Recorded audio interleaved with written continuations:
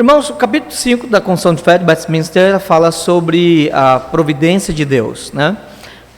A providência de Deus é uma das obras de Deus. Os irmãos, lembrem quais são, a gente categorizando, né? Quais são as obras de Deus? Os calvinistas gostam do número 5, né? 5 solas, né? 5 pontos do calvinismo. E quando falamos das obras de Deus, também podemos categorizar em 5 pontos, né? Decreto, criação, providência, redenção, consumação, tá? Então, a gente sempre lembra desse detalhezinho: decreto, criação, providência, redenção, consumação. Obviamente, o decreto ele é o início de tudo, mas a criação ela é chamada a existência, e ao existir, a providência dá o início, dá start também. Tá? E aí o decreto da redenção, o pacto da redenção já começa a funcionar, porque para que o filho pudesse cumprir o propósito do pai, todas as coisas precisam ser chamadas à existência pela autoridade do verbo, né? Pelo poder do verbo. Ok, nós vamos tratar então das obras, vamos tratar especificamente da providência. O capítulo 5 da nossa Confissão de Fé, ela define o que é a providência de Deus. Eu tenho um aplicativo chamado Conf, não sei se os irmãos conhecem, bem prático, é bom que a gente anda com ele para cima e para baixo. Você tem celular, tem um smartphone e está ali ajudando. Existem outros, mas eu gosto desse daqui.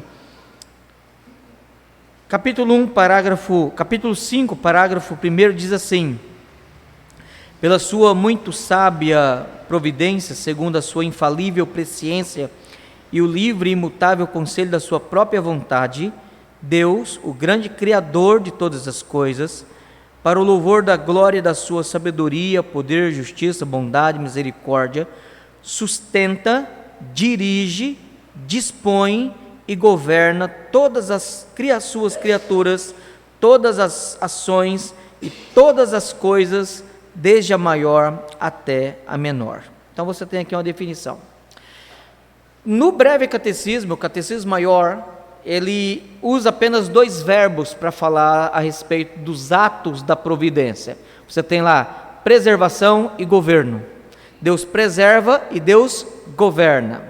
Aqui na Confissão de Fé, ele usa a palavra sustentar, dirigir, dispor e governar.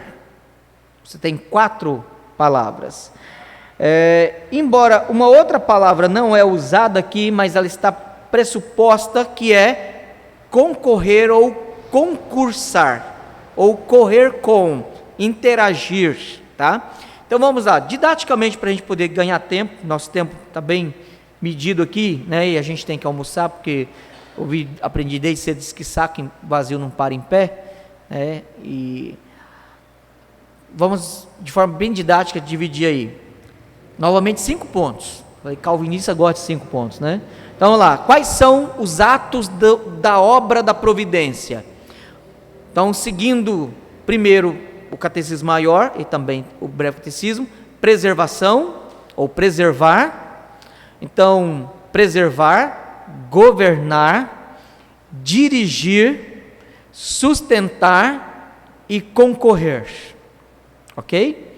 Lembrando que concorrer não é a ideia de competir. A gente usa no português, por vezes, como primeiro significado ou significado predominante, a ideia de concorrer como algo que está competindo. A concorrência está brava, né? Então, os rapazes, às vezes, estão interessados em alguma moça, a concorrência está brava. Tá não, você que está devagar mesmo, tá? Então, a ideia de concorrência não é competição. A ideia de concorrência significa correr com, tá? Numa relação de compatibilidade. E aí nós vamos definir e trabalhar algumas dessas ideias a partir, inclusive, de vários textos das Escrituras. Vamos lá primeiro. Primeiro ato dentro da providência: preservação. Deus cria todas as coisas, e a preservação dele, o fato dele então fazer com que as coisas continuem e elas não se destruam, não se acabem. E apesar de você ter algumas teorias que falam assim, olha, o universo está morrendo, né? Você já deve ter fila dessa coisa aí. O universo está morrendo, o sol está morrendo. É verdade, é verdade. Tudo tem um prazo de validade, né? Tudo tem um prazo de validade. O nosso corpo pós-queda tem um prazo de validade, né? Os cientistas, eles discutem a questão de qual é o detalhezinho lá dos cromossomos, eu esqueci como é que é aqueles pauzinhos que ficam lá, né, que é cheio de pauzinho assim, né, do cromossomo, qual é daquele negocinho lá do DNA que ele define a longevidade. Bom, eu vi essa semana uma tartaruga, foto de uma tartaruga que tem 187 anos, aquela tartaruga gigante, 187 anos, eu falei assim, gente do céu, né? E aí até o cara da foto falou assim, essa tartaruga, ela nasceu em 1800 e troroló, né? Início do século retrasado. Essa tartaruga já viu, né, o surgimento do marxismo, o surgimento da psicologia, a queda não sei das quantas, a queda da Prússia, a queda não sei, a extinção de alguns países, né? A Primeira Guerra Mundial, a Segunda Guerra Mundial, o surgimento não sei do que, a União Soviética, a queda da União Soviética e não sei o que, e ainda não viu o Palmeiras ser campeão mundial. Mas tá lá, né? Tá gravando isso aí? Ó só. Desculpa aí os palmeirenses aí, tá? Eu sou São Paulino. Mas aí você tem esses detalhes. Aí você fala assim, como que um animal desse consegue viver tanto tempo? Tanto tempo.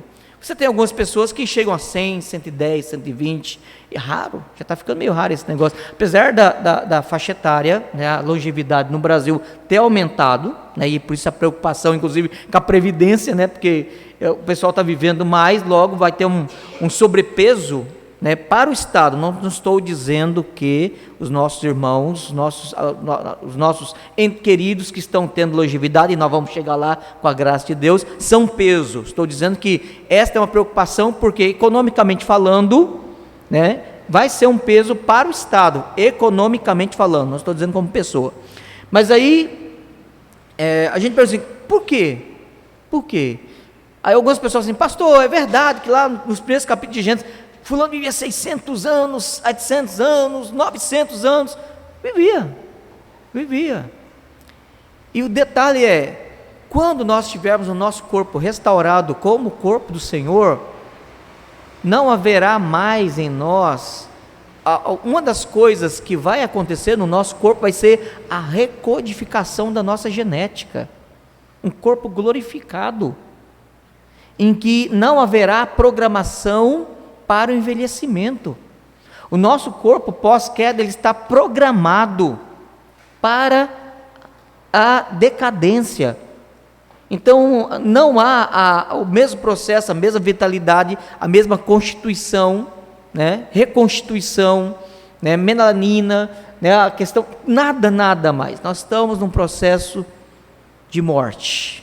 Esse é o fato. Mas isso envolve a preservação.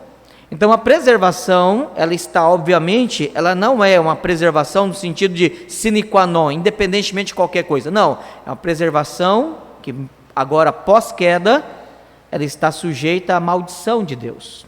Então a criação, ela persevera, ela geme, Romanos capítulo 8, né? A criação, ela suporta, então a ideia de perseverança, de persistência, mas ela geme a queda, a vaidade, a nulidade, a falta de propósito que recaiu sobre ela, ponto. Não voluntariamente, mas por causa daquele que impôs, porque maldita é a terra por tua causa. Está lá em Gênesis capítulo 3. Essa é a preservação. Então, esse assunto eu vou tratar mais rápido, porque a maior dificuldade é o concurso, é a concorrência, tá? Então, como nosso tempo está meio curto, lá na primeira igreja eu tive que dar 3 aulas sobre a providência, né? E aí a última só sobre o concurso. Então eu vou adiantar aqui porque esses outros assuntos são mais tranquilos. Nós queremos que Deus preserva todas as coisas. Embora a segunda lei da termodinâmica, da física, diz o que mesmo? Se cair no Enem, já rodou, né? A segunda lei da termodinâmica diz o quê? Que o corpo ele perde energia. A energia, então, desestabiliza a matéria e há o desgaste ou a perda de matéria. Então, Por que você precisa trocar o pneu do seu carro a cada 30, 40 ou 50 mil? Depende da marca, obviamente, né? Se for chinês, até menos. Então, assim, se for japonês, era mais durabilidade, né? Então, e aí, se for coreano, é meio, fica no meio termo, né? Sabe qual a diferença do chinês, do japonês, do coreano? O chinês, ele copia tudo. O coreano, ele é esforçado em aprender com o japonês, e o japonês é bonito. Essa é a diferença. Mas aí você tem a segunda lei da termodinâmica acontecendo dentro da preservação. E aí, por que preservação? Porque a lei da termodinâmica, ela é a evidência, o nosso corpo está sofrendo a lei da termodinâmica. O desgaste, a deterioração, a perda de energia, que inclusive o Sol está tendo, né, na verdade, é um efeito do pecado sobre a preservação. Mas observe bem, a preservação ainda é um ato de soberania de Deus sobre a criação como providência dele. Bom, isso aqui é tranquilo, né? Preservação. Governo, Deus governa todas as coisas. Deus governa desde os grandes astros do universo, governa a rotação da nossa galáxia, Deus governa tudo. Tem uma frase do R.C. Sproul que ele diz assim: se existisse apenas uma molécula no universo desgovernada, seria motivo de desespero. É verdade. Se existisse apenas uma molécula, desgovernada no universo, seria motivo de desespero. Porque alguém assistiu um filme chamado Efeito Borboleta? Né? Que uma coisa vai causando, e é verdade, todas as coisas estão interligadas, tudo tem a ver com tudo, né? Então todas as coisas têm relação de causa, efeito e alteração. Então nós precisamos lembrar que o fato de Deus governar, e quando a Bíblia diz que Deus cuida de cada, por isso que as Escrituras, elas deixam bem claro que Deus, ele não está preocupado apenas com o grosso, com o geral, e os detalhes ele deixa para nós, como os arminianos fazem, né? Não, Deus está cuidando de tudo. Salmo 139, verso 16 diz: todos os nossos dias estão contados e determinados, quando nenhum deles havia ainda. Deus, ele sabe quantos fios de cabelo. Deus se preocupa até com o fio do nosso cabelo. Deus se preocupa com tudo, com cada detalhe. E a gente fica assim, pensando que as coisas elas vão acontecendo e, aconteceu. Alguns crentes, para tentar fazer o papel de advogado de Deus, né? Como se Deus precisasse de advogados. Nada contra os advogados, nós precisamos de vocês, especialmente quando a gente tem algum processo a mover ou nos defender, mas Deus não precisa de advogados, tá? Esse foi um dos primeiros textos que eu escrevi em 2006, 2004, quando Ricardo Gondim, né, teve aquele tsunami nas Filipinas, lembram? E devastou a costa da Ásia, ali naquela região do Pacífico, e centenas, milhares de pessoas morreram, e foi uma catástrofe. E eu lembro que eu estava nos meus primeiros anos do pastorado, e Ricardo Gondim escreveu um texto no site, a internet estava começando naquela época, e ele escreveu: Deus sentou e chorou. Esse foi o texto, Ricardo Gondim, né? Teísmo aberto. Até então a gente não sabia o que era esse negócio no Brasil, e ele estava divulgando já nos seus sermões, mas isso era intra-igreja, não era online, não havia esse universo internauta, né, que a gente tem hoje, que hoje o pessoal está todo mundo conectado aí, é só botar um dedinho lá e compartilhar, e vira uma praga na internet. Então era uma coisa um pouquinho mais lenta, mas já tinha internet em muitos lugares. E ele então escreve um texto: Deus sentou e chorou. Ele diz: olha, Deus estava ali assistindo e vendo e tal. O que o teísmo aberto, essa heresia ensina? O arminianismo, o teísmo aberto é um passo além da heresia do arminianismo. Porque no arminianismo, segundo o arminianismo, Deus, ele é soberano, ele é Deus. Só que, segundo o arminianismo, Deus decidiu, na sua sabedoria, dar ao homem uma capacidade, que se chama liberdade, e nessa liberdade, nessa decisão, Deus decidiu também limitar o seu poder. Isso é o arminianismo. Então Deus deu ao homem um poder, e Deus decidiu limitar o uso do seu poder.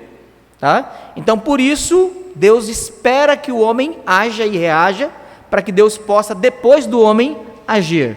Então, se o homem não quiser, Deus faz, Deus prepara a salvação, Deus manifesta o amor, Deus tem intenção de salvá-lo, mas, se o homem não quiser, Deus não pode fazer, porque Deus, como um gentil e educado cavalheiro, Ele decidiu dar ao homem uma virtude, e essa virtude não pode ser transgredida pelo próprio Deus, porque Deus decidiu limitar o uso do seu poder ao dar esse poder ao homem. Esse é o ensino do arminianismo. O openteísmo vai dar um passo a mais na heresia. O openteísmo vai dizer o seguinte: Deus não só limitou o seu poder, Deus decidiu limitar o seu conhecimento. Então Deus não sabe, Deus tem o que é chamado de possibilidades de saber, ou de contingências, as várias possibilidades. Então Deus sabe das várias possibilidades. Por exemplo, ao sair agora, findando a escola dominical, a minha intenção é ir para casa, mas eu posso bater o carro, eu posso receber um convite para ir almoçar na casa de alguém, eu posso receber uma notícia que alguém da minha família morreu e eu tenho que ir. Então existem várias contingências, existem várias possibilidades. Como nós, que não temos poder de onisciência, mas apenas sabemos que há possibilidades, Deus, Ele decidiu limitar o seu conhecimento, e Ele, como nós, apenas conhece as possibilidades. Tá? Essa é a heresia do openteísmo. E aí, Deus, Ele está conhecendo. E conforme Deus vai interagindo com o homem, com a criação, Ele vai agindo, mas Ele depende dos eventos. Deus, Ele depende do homem, e aí a preservação e o governo dEle é um governo de reação. Então depende da vox populi, depende da popularidade, depende da situação, porque Ele não tem e Ele não pode. Primeiro, porque ele limitou seu poder e Ele limitou a sua onisciência, ou seu conhecimento. Tá aí, tá bom? Perguntei? Bom, ok. Ah, tá, eu falei openteísmo? Ah, tá, desculpem. Openteísmo é teísmo aberto, pronto. Então, só traduzindo, porque o Google Translator às vezes não funciona. Então, openteísmo é o termo, teísmo aberto que é o termo usado em português. Aí o que acontece? Você tem então, obrigado, pastor, porque senão passa assim, pastor, mudou de assunto agora, né? Ele está falando de um negócio, no muito falado não falta transgressão, e diz que muito conhecimento também é enfado, Eclesiastes fala, né? É enfado e canseira, né? Verdade. Mas eu estou de férias, então a gente está descansando, né? Então a gente está descansando. Mas vamos lá. Então, governo. O governo de Deus, ele é um governo perfeito sobre todas as coisas. Abra comigo, por favor, lá em Daniel, capítulo 4. Daniel, capítulo 4. Profeta Daniel, capítulo 4. Verso 35.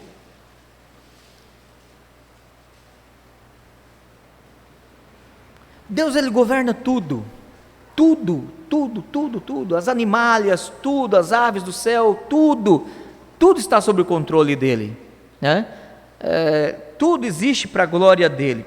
E aqui você tem Daniel mencionando o que na época era o homem mais poderoso do mundo, conhecido naquela região, Nabucodonosor, que depois daquele momento de orgulho, Deus tê-lo tornado uma besta, animalizado ele, Deus, na sua misericórdia, restaura-lhe a razão, e ele volta a ser um homem, né? Deixa de ser um animal que literalmente vai pastar, né?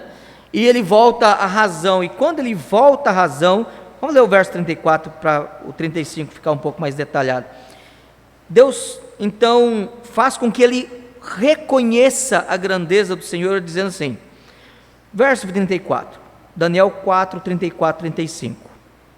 Mas ao fim daqueles dias, ou seja, daqueles dias ruins de maldição, Eu, Nabucodonosor, levantei os olhos ao céu, tornou-me a vir o entendimento, e eu bendisse o Altíssimo e louvei, e glorifiquei ao que vive para sempre. Aí observe, cujo domínio é sempre eterno, e cujo reino é de geração em geração. O maior monarca da terra reconhecia que sobre tudo, todos, em todas as épocas, Deus é o Senhor. Verso 35. Todos os moradores da terra são por ele reputados em nada. Por quê? Porque o poder de Deus ninguém pode mensurar e ninguém pode competir com ele. E ele diz ainda, e segundo a sua vontade, ele opera com o exército do céu e os moradores da terra, e não há quem lhe possa deter a mão nem lhe dizer, que fazes? Isaías 40, que inclusive é citado por Paulo lá em Romanos 11, 36 a 33, 33 a 36, mas vamos ler lá, Isaías 40. Isaías 40 começa no verso 12. Isaías 40, verso 12. Quem na concha da sua mão mediu as águas e tomou a medida dos céus a palmos? Quem recolheu na terça parte de um efa o pó da terra e pesou os montes em romana e os outeiros em balança de precisão? Quem guiou o Espírito do Senhor, ou como seu conselheiro ensinou, ou com quem tomou ele conselho para que lhe desse compreensão? Quem instruiu na vereda do juízo e lhe ensinou sabedoria e lhe mostrou o caminho do entendimento? E assim, eis que as nações são consideradas por ele como um pingo que cai de um balde, como um grão de pó na balança. As ilhas são como o pó fino que se levanta.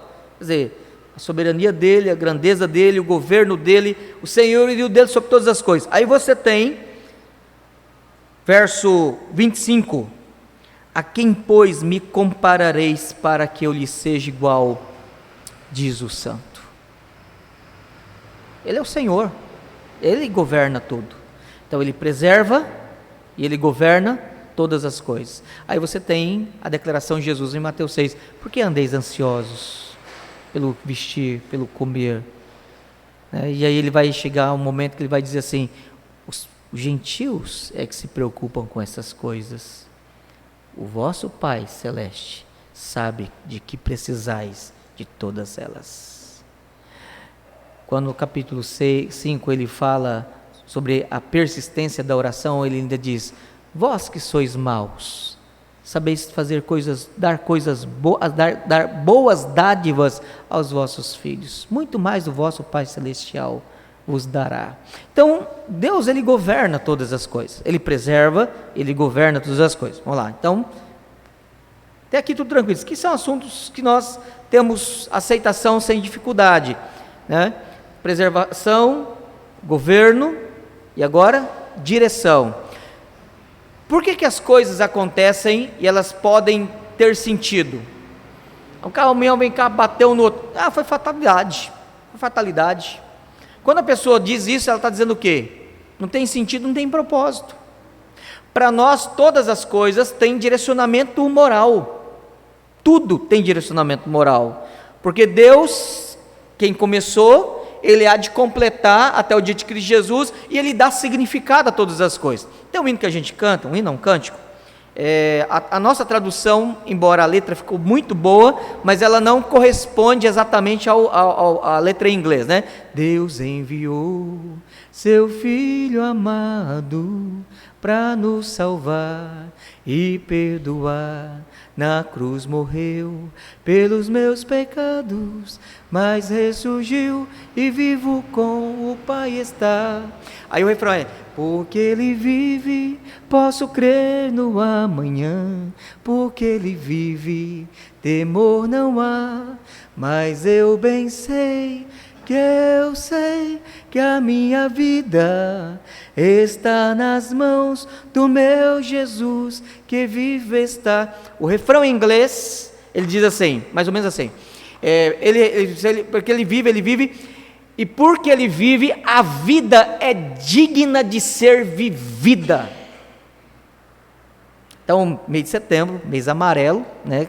o mês da campanha contra suicídio, a gente fala assim, por que as coisas acontecem, e tudo que acontece conosco, por mais que nos leve ao desespero, à angústia, à desesperança, a falta de propósito, você não precisa se entregar, porque quando as pessoas, eu gosto quando eu vou conversar com um ímpio, ele diz assim, a vida é injusta, eu digo assim, é mesmo,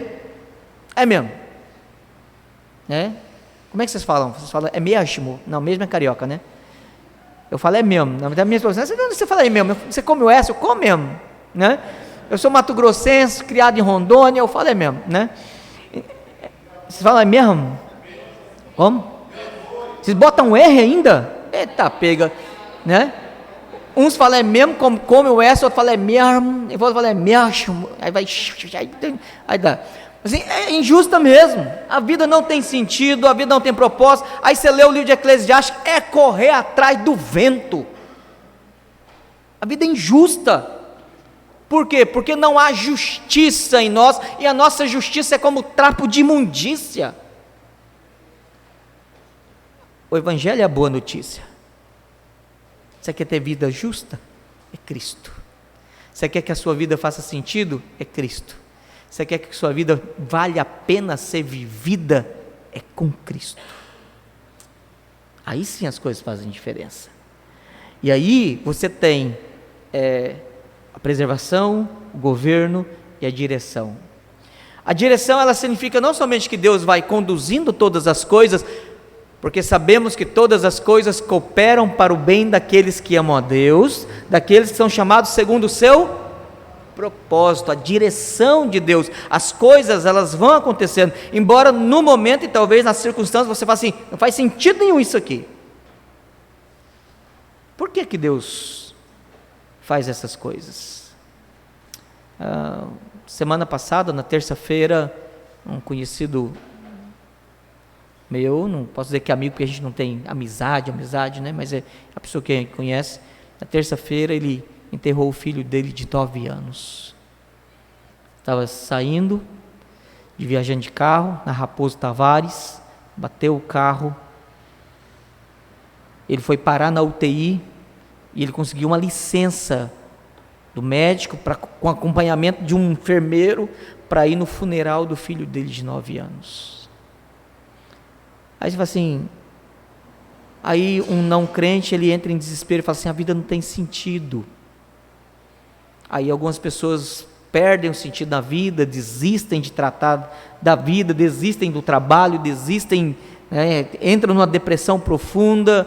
Outras pessoas cometem suicídio, porque a vida não tem sentido. Aí você ouve filósofos existencialistas como Albert Camus, ou Jean-Paul Sartre, ou Karl Jasper, e esses infelizes porta-vozes de Satanás, e eles vão dizer o seguinte, a vida não tem sentido, a existência não tem sentido. E aí obviamente o existencialismo vai dizer assim, você precisa justificar e validar a sua existência. Aí você justifica através de prazer, de desespero, ou você vai cair no desespero e viver na linha do desespero, ou você justifica a sua existência através, aí vem a proposta, sexo, droga e o rock and roll, né? E você ainda consegue afundar bastante, vai pro funk, né? Vai pro funk, aí pronto. Aí ficou funk ou linha do desespero, está tudo no mesmo nível, né? Aí você tem essas propostas, em que as pessoas elas começam então a dizer, é vida louca, fulano é vida louca mesmo, porque não faz sentido, a vida não tem propósito. Quando nós pensamos então em termos de direcionamento, todas as coisas, aí você lembra lá, Romanos 8:17, porque aqueles que são dirigidos ou guiados pelo Espírito são filhos de Deus. Nós temos a direção do Espírito. Em tudo que acontece para nós tem significado, tem propósito, tem sentido, tem dignidade. Mesmo quando Deus tira, quando Deus dá, quando Deus faz, né? E aí a gente lembra lá de Jó, né? Deus tira os bens, Deus tira os filhos, Deus mutila a alma de Jó, mas Jó olha para Deus e diz, o Senhor me deu, o Senhor me tomou, bendito seja o nome do Senhor, porque Jó apesar de não entender todos os detalhes do propósito, da direção de Deus, Jó, ele sabia que a existência dele é viver para a glória de Deus. É a glória de Deus.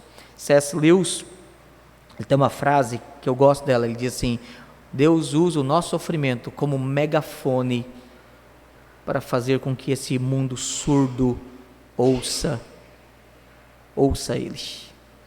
Então, a direção das coisas são dessa forma. Então você tem desde situações simples ou situações grandes, e tudo está sobre a preservação, o governo e a direção. A direção, ela dá significado, a direção, ela dá propósito, a direção nos dá entendimento. E aí o mesmo Romanos 8, 28, que diz: todas as coisas cooperam.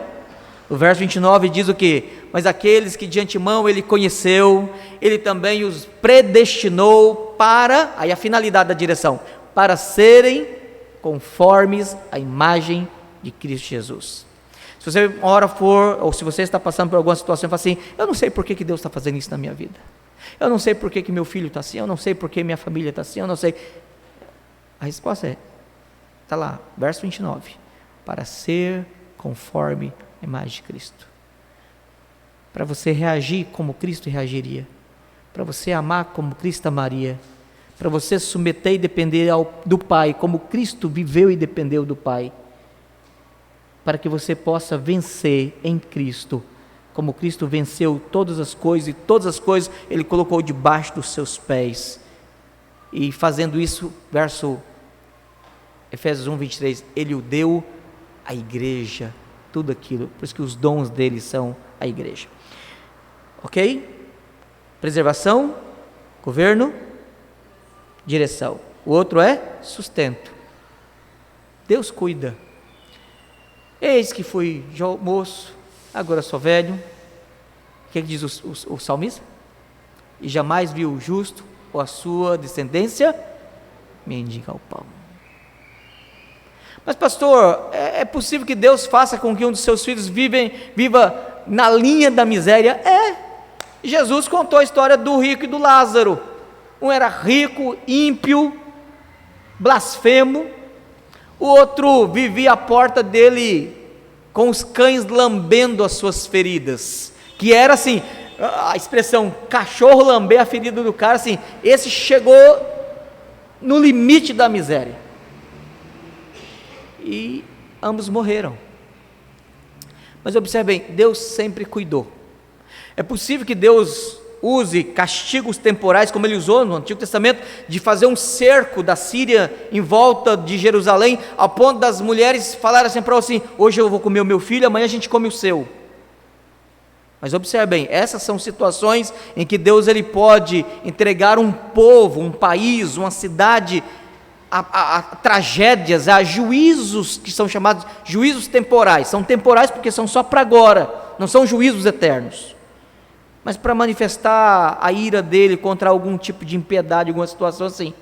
É verdade, mas são situações que não envolvem o padrão normativo da relação dele com o seu povo da aliança.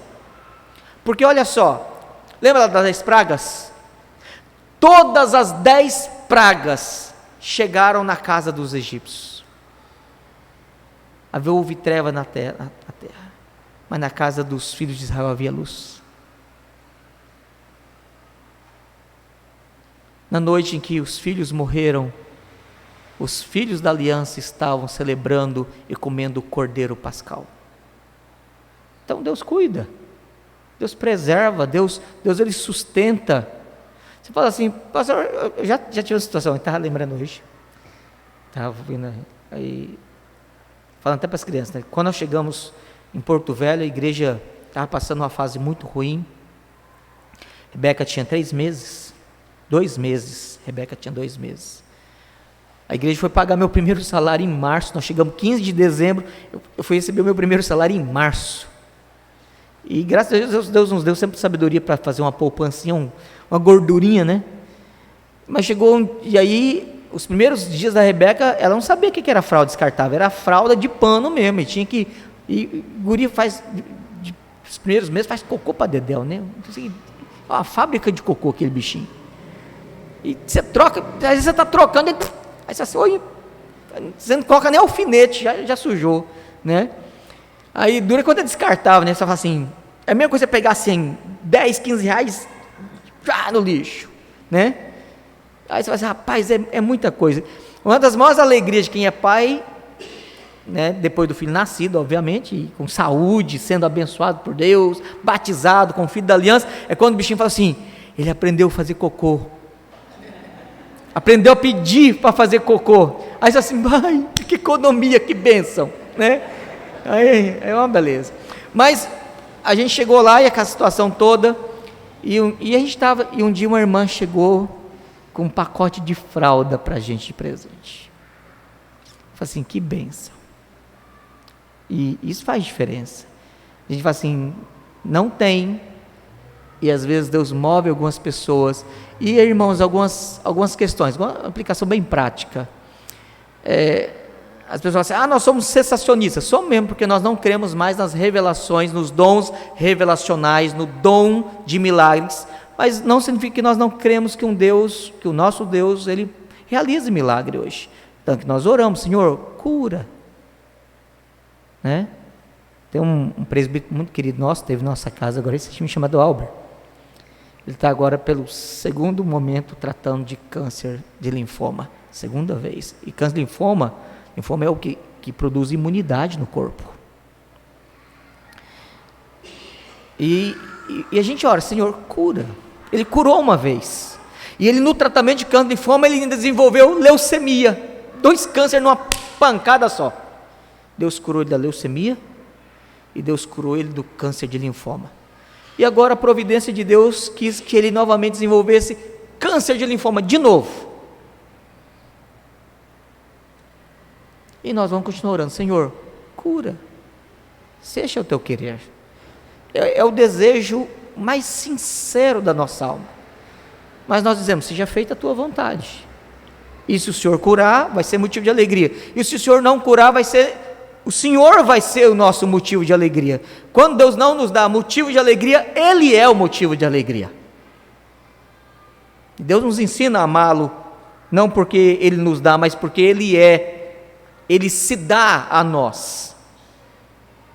E Ele nos dá para Ele mesmo e para o seu Filho, como nós já ouvimos no sermão. Então, Deus Ele sustenta. O sustento dele, obviamente, a soberania de Deus, aquela matemática, né? A soberania de Deus não anula a responsabilidade humana. Então, meu querido, né? Trabalhe, estude, esforce, profissionalize, capacite, leia, aprenda, desenvolva, voluntarie, interaja, vá atrás, corra. Mas saiba que é Deus quem vai abrir portas. Abre lá, por favor, Apocalipse capítulo 3.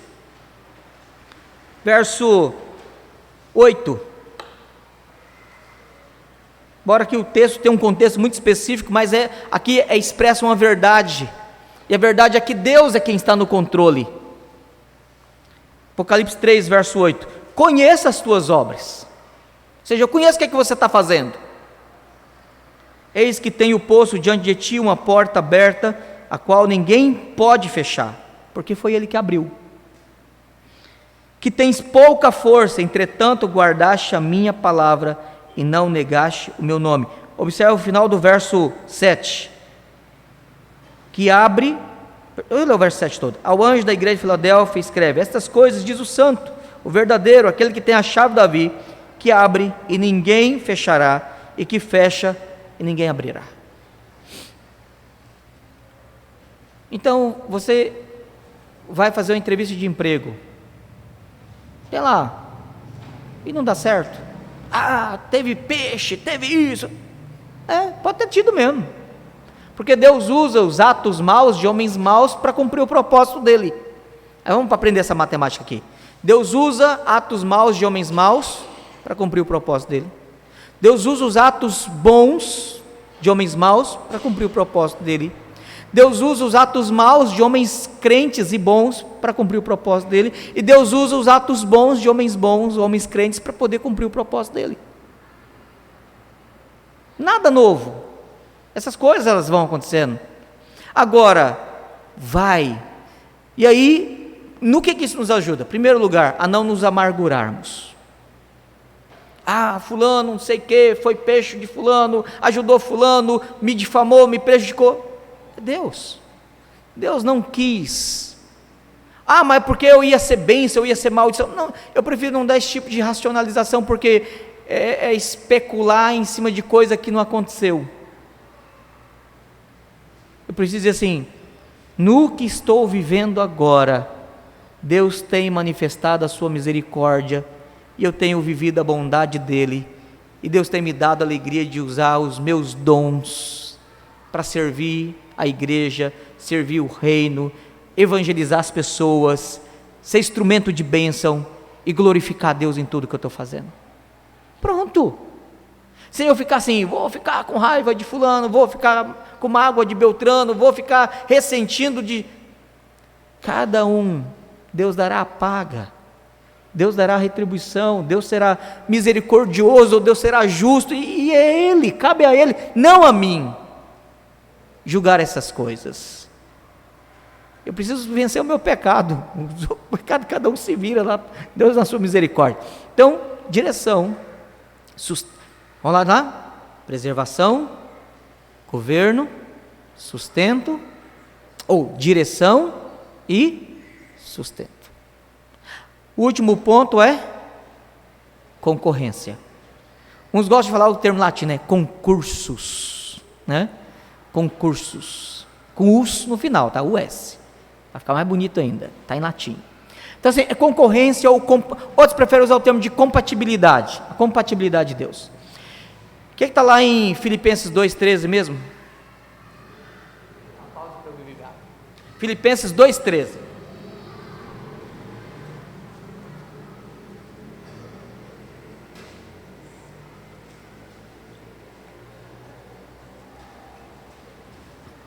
Eita, nós temos 2 minutos só. Falei que o assunto concurso... Esse é o assunto mais difícil.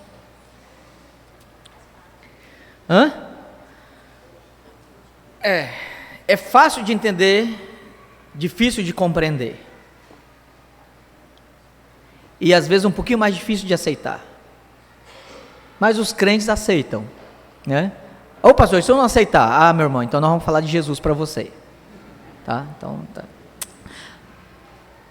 O que está escrito aí? Por favor, alguém leia. Porque Deus é quem efetua em vós tanto querer como realizar pela sua boa vontade. É Ele quem efetua em vós tanto querer como realizar. A palavra efetuar no grego é energeian. De onde vem a palavra energia. Ele quem potencializa, Ele quem estimula, tá?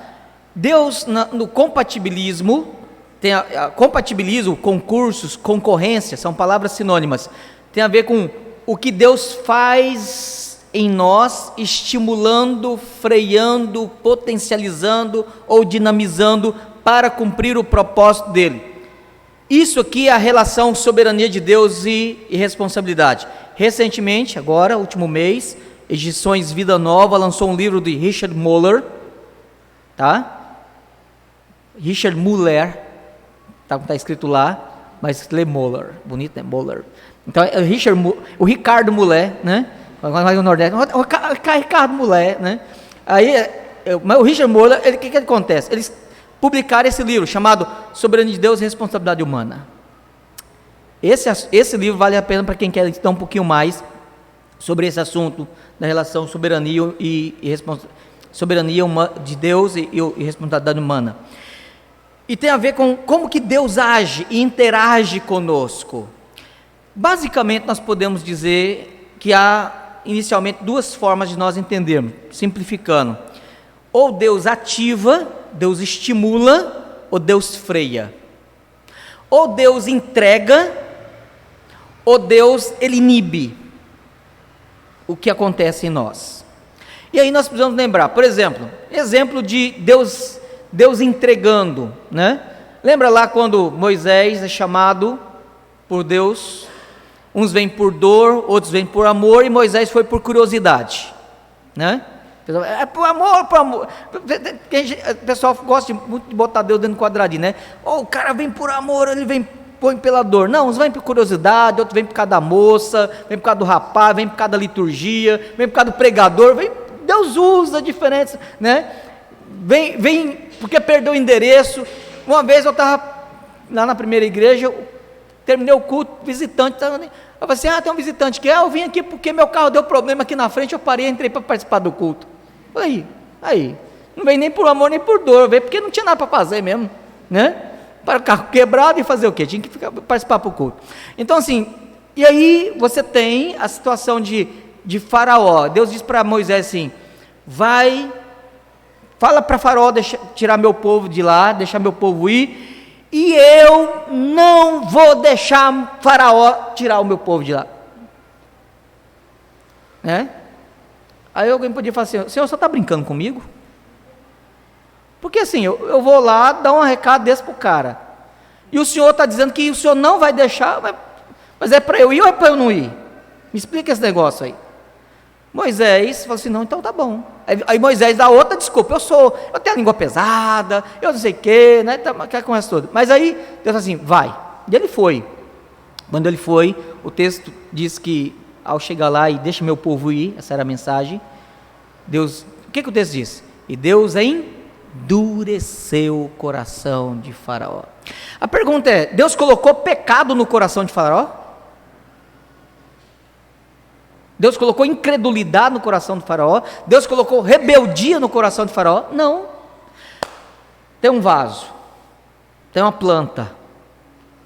Para esse vaso ter umidade, ele ter vida, qualidade, a planta poder usufruir dos nutrientes da terra, do adubo do vaso, o que a planta precisa?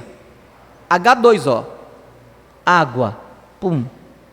Se você não colocar água ali, o que acontece com a terra do vaso? Seca, e a planta morre. Deus manifesta a sua bondade, Deus faz chover sobre bons e maus. Isso é a administração da sua providência, tem nada a ver com graça comum. Tá? Inclusive eu não creio em graça comum. É a administração da sua providência. Da sua providência. Um motivo a mais ser clarkiano. A providência deles. E aí, o que ele faz com Faraó foi, Deus deixou de dar as delícias dessa vida.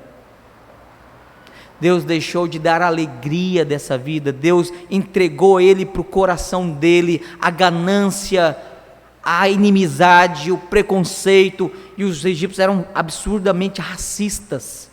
Lembra lá quando José, o texto está dizendo, naqueles dias os judeus, os israelitas não podiam comer com os egípcios, porque eles tinham nojo dos israelitas, eles eram racistas, e Deus entregou aquele homem para o coração dele, e ele endureceu. Então quando Deus quer endurecer alguém, Deus não precisa fazer nada não, sabe ele faz o quê? Tira.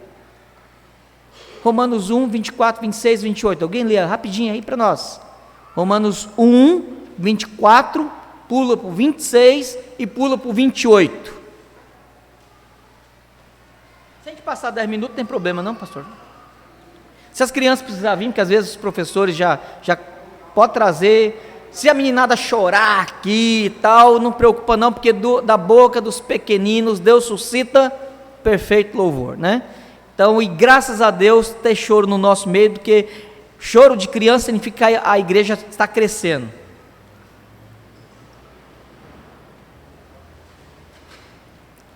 Alguém lê, por favor? Romanos 1, 24. Por isso, Deus entregou aos homens a injustiça, pela sua concupiscência de seu próprio coração, para desonrarem o seu povo entre si. 26. Por causa disso, os entregou Deus a paixões infames, porque até as mulheres mudaram a modo natural de suas relações íntimas foram contrárias à natureza. 28. Por haverem desprezado o conhecimento de Deus, o próprio Deus os entregou a uma disposição mental improvável para praticarem coisas inconvenientes. Deus entregou estes homens para que eles nos seus pecados se pervertessem, se destruíssem e caíssem e estabelecessem uma decadência em que eles, somente eles, na sua culpa, no seu remorso, no seu desespero, eles pudessem dizer assim: ninguém tem culpa disso, sou eu que estou fazendo isso aqui. E você não tem como dizer assim: foi Deus que me... Não, fui eu. Fui entregue para o meu próprio coração. Aplicação pastoral bem prática. Um dos motivos de oração que a gente tem que fazer para nós, inclusive como crentes: Senhor, não me entregue para os desejos do meu coração. Você pode pensar assim: terrível coisa cair nas mãos de Deus. Sim, é verdade. Deus nos entregar para os demônios é um negócio ruim. Satanás pode fazer esfolar e bagunçar com a nossa vida. Mas lá no final a gente vai olhar e falar assim: antes eu te conhecia só de ouvir falar, agora os meus olhos te veem. Deus pode fazer e nos entregar para homens ímpios ou crentes que agem com impiedade. E a gente poder dizer: Senhor, salva-me dos meus inimigos que são mais fortes do que eu. Agora, se Deus nos entregar para o nosso próprio coração,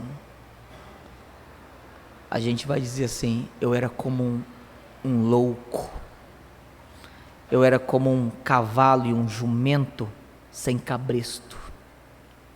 E aí, além da vergonha, da tristeza, da perda da alegria da salvação, vem a gente olhar e falar assim: fui eu que fiz tudo isso aqui. Então, nós temos sempre lembrar de orar por isso. Vamos passar um exemplo aqui. Deus pode usar, inclusive, dentro dessa relação de compatibilismo, ele agir. Por exemplo, não há nenhuma dificuldade de a gente falar assim: a irmã, como é o nome da irmã? Valéria. A irmã Valéria fala assim: puxa vida, gostei tanto do pastor Everton, hoje à noite eu vou trazer um pudim para ele. Eu gosto de pudim. Aí, não, mas aí o pastor vai levar e comer na casa do pastor Cadena. Aí tem que ser um pudim que dá para 9 pessoas, né? Então não é qualquer pudimzinho assim não. Aí a gente... tá bom. Aí alguém vai falar assim: minha irmã, foi Deus que tocou no seu coração, que bênção, né? Alguém tem alguma dificuldade com isso? Nenhum. Mas vamos dizer, se Deus pega e na sua providência ele pode endurecer o coração do, como é que chama? Jonathan. E aí ele vira um vantiliano radical. Aí pronto, não tem salvação, né? Aí pronto, aí fala assim: aí vamos orar pelo irmão, né? Porque tá difícil, mas tá. Mas vamos pensar em outra situação em que Deus usa, inclusive, demônios para instrumentalizar gente crente. Verdade. Quando você fala assim: fulano está sendo usado por Satanás, isso não é figura de linguagem, não. Isso não é figura de linguagem. Vamos lá para 1 Reis, capítulo 22.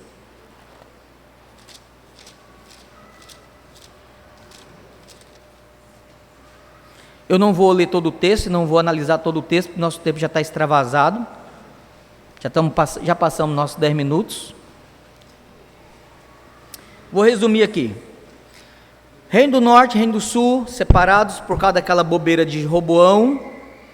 Que detalhe, Deus usou a dureza do coração dele, entregou ele para a insensatez dele, para ele fazer besteira. Chegou lá, deu uma voadeira com os 2 pés nos anciãos de Israel, falou assim: eu é que mando aqui, eu sou mais duro que meu pai. Dividiu o reino. A gente conhece a história. A linhagem do norte foi uma linhagem muito tribulenta. A dinastia dos reis do norte, sempre tribulenta, homens pagãos, homens maus. Os reis do sul, por causa do amor de Deus a Davi, a aliança que Deus estabeleceu, Deus então preservou uns reis um pouquinho melhores. Mas assim também não era aquela Coca-Cola não, né? E nem era aquela cajuína de primeira, era um troço em meia boca também, de vez em quando. Mas aí o que acontece? Você tem, de repente, Josafá e Acabe, eles se reúnem e falam assim: vamos juntar nós dois, fazer uma sociedade, conquistar as terras de Ramote Gileade, que é uma terra plana, muita pastagem, vai dar para a gente criar gado lá, e é uma região muito cobiçada, vamos? Acabe, dá essa proposta. Aí Josafá fala assim, vamos,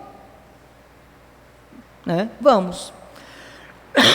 Dentre os reis piedosos, a guerra podia acontecer em duas situações: ou Deus levantava um profeta e dizia assim, vai e guerreia, ou Deus falava direto com a liderança, em sonho e visão, vai e guerreia. Ou o rei poderia fazer assim, vamos consultar um profeta do Senhor, se é a vontade dele de irmos para a guerra. Era outra possibilidade. Diante da proposta de Acabe, Josafá fala assim, vamos procurar a vontade de Deus? E aí o Acabe traz os seus profetas, os profetas dele lá, e os profetas, vai, o Senhor é contigo, é poderoso, toma peça, canta Lachula Barraias, né, e tal, e aquela coiseira toda, né? Aí o Josafá dá aquela olhada assim, e fala assim, ixi, tudo é peixe comprado, tá muito negócio. Aí o Josafá olha para Acabe e fala assim, Acabe, não tem nenhum profeta aí que seja profeta de Deus, para a gente poder, não é que os outros não eram, a questão é o profeta seja fiel. Aí o Acabe fala assim, tem um caboclo aí, gosto dele não, chama Micaías, bichinho é ardido, ele só fala mal de mim, quer dizer, ainda queimou a reputação do cara, né? Chamou ele de maledicente, só fala mal de mim, ele não fala nada. Aí ele pegou e falou assim, não, então chama ele. O mensageiro, verso 13, vai até ele, chega lá e fala assim, Micaías, Senhor, é para você ir lá profetizar para o rei, e seja a tua palavra como a palavra de todos os profetas do rei, seja boa. Aí o Micaías assim, tão certo como Deus viu, a palavra que ele me der, eu vou lá falar. Quando ele chega lá, o texto, verso 14, verso 15, ele diz assim, e vindo ele ao rei, Micaías, este lhe perguntou, Micaías, iremos a Ramote Gileade a peleja, ou deixaremos de ir? E ele lhe respondeu, sobe e triunfarás, porque o Senhor a entregará nas mãos do rei. Observe bem, ele falou o que o rei queria ouvir.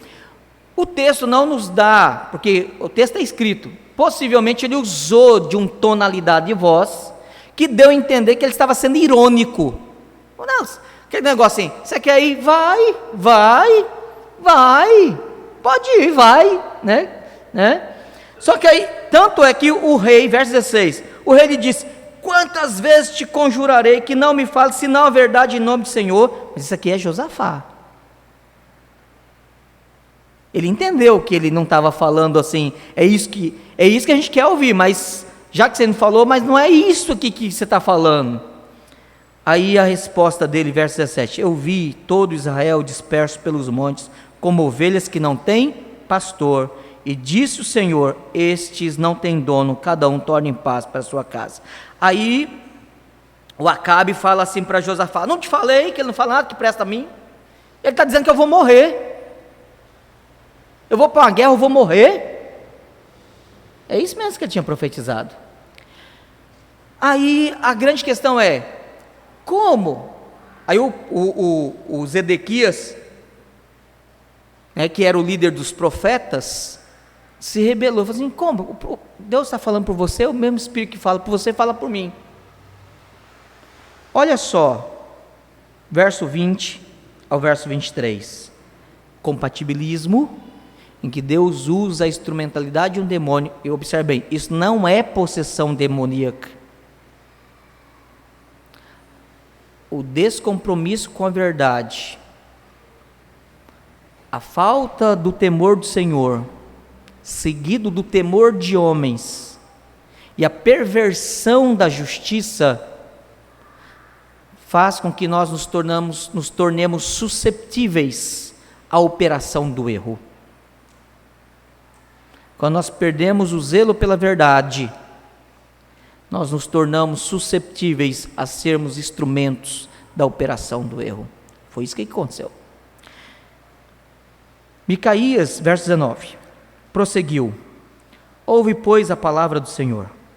Viu o Senhor assentado no seu trono, e todo o exército do céu estava junto a ele, à sua direita e à sua esquerda. Linguagem de aqueles que são a favor e aqueles que são contra.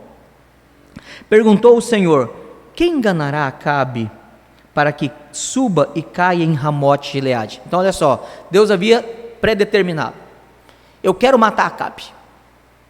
Quem é que vai lá anunciar para ele morrer, para eu matar ele?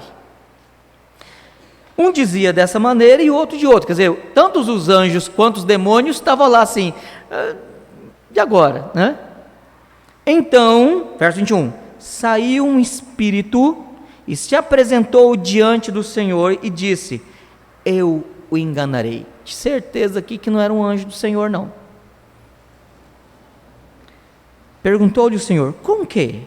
Verso 22, respondeu ele: sairei e serei espírito mentiroso na boca de todos os seus profetas.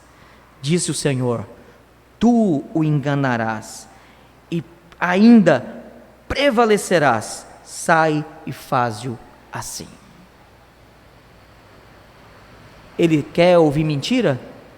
Eu vou mandar quem fale mentira para ele. Os profetas não têm zelo pela verdade, eles vão ser instrumentos da mentira.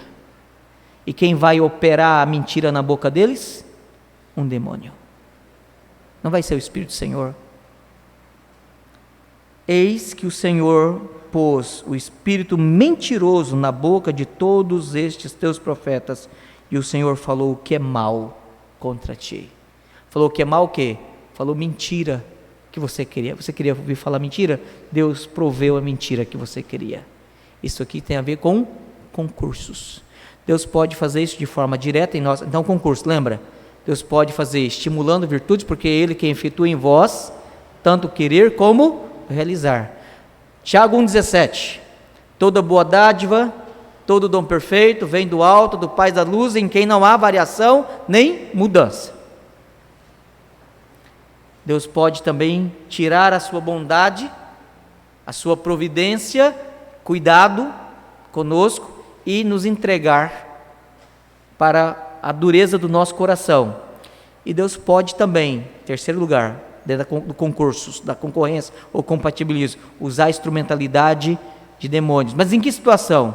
Onde falta o zelo e o amor pela verdade, pela palavra, falta o temor do Senhor e o temor de homens, que inclusive os profetas aqui bajulando Acabe, temendo mais Acabe do que a Deus, foram entregues para que eles fizessem essas situações. Aí, vamos lá, providência mesmo o quê? Preservação, governo, direção, sustento e concursos, ou concorrência, ou compatibilismo. Vamos pegar o exemplo aqui para fechar nossa aula. Acabe ouviu a profecia e falou assim: eu não sou besta não, né? Seguro morreu de velho, nós vamos para a guerra. Pegou o soldado dele e falou assim: vem cá, ô camarada, veste minha armadura, eu vou vestir a sua, eu vou pôr uma carruagem mais simples e você vai usar a minha carruagem real.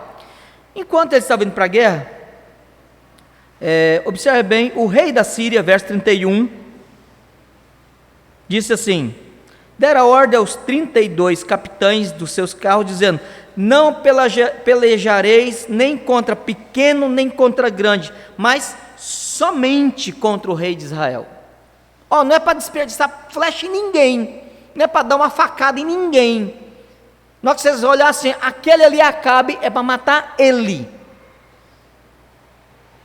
Quem subirá e matará Acabe para mim, diz o Senhor. Deus dispõe o coração de um rei ímpio, direcionando inclusive as intenções do coração dele contra Acabe, exclusivamente contra Acabe. Acabe, vou dar o golpe em Deus, vou botar o soldado comum para poder vestir a minha armadura, eu vou vestir a armadura dele, pego uma carruagem mais simples, boto ele na minha, pronto, tudo vai dar certo. E aí, quando eles vão para a guerra, os soldados da Síria olham a carruagem de Josafá e falam: lá o rei, e tum, atrás dele. E Josafá: eu não sou Acabe não, eu não sou Acabe não. E corre. Aí ele fala: não é Acabe não, é Josafá, larga para lá. Quando eles estão voltando, porque o exército foi atrás, né? Acabe está lá, no meio do soldado raso dele, em cima da carruagem, com desse tamanho assim. Soldado da Síria falou: rapaz, que tédio tem esse negócio aqui. O que nós vamos fazer? Nós andamos 400 quilômetros, até aqui a pé. Eu não vou dar uma flechadinha. Ele olhou para cá, olhou para lá. Pegou a flecha dele, entesou a arco dele no léu. Texto diz ao acaso, mas a tradução não é muito feliz, né? Ao acaso, assim, sem a direção, ele não estava mirando em ninguém. Falou assim: não, ninguém está vendo. Tchau. Né? A flecha, estava o exército inteiro. Estava o exército inteiro de Acabe aqui. A flecha, pá, Acabe. Aí ele: ai, fui atingido, me tira daqui. Tirou dali, morreu de hemorragia, sangrou até morrer. Não teve combate, não deu-se uma flechada além dessa, e o único que morreu foi Acabe. Concursos, providência de Deus. Ninguém precisou morrer além deles. Preservação, governo, direção, sustento, concursos. É assim que Deus, na sua providência, cuida da nossa vida. Amém.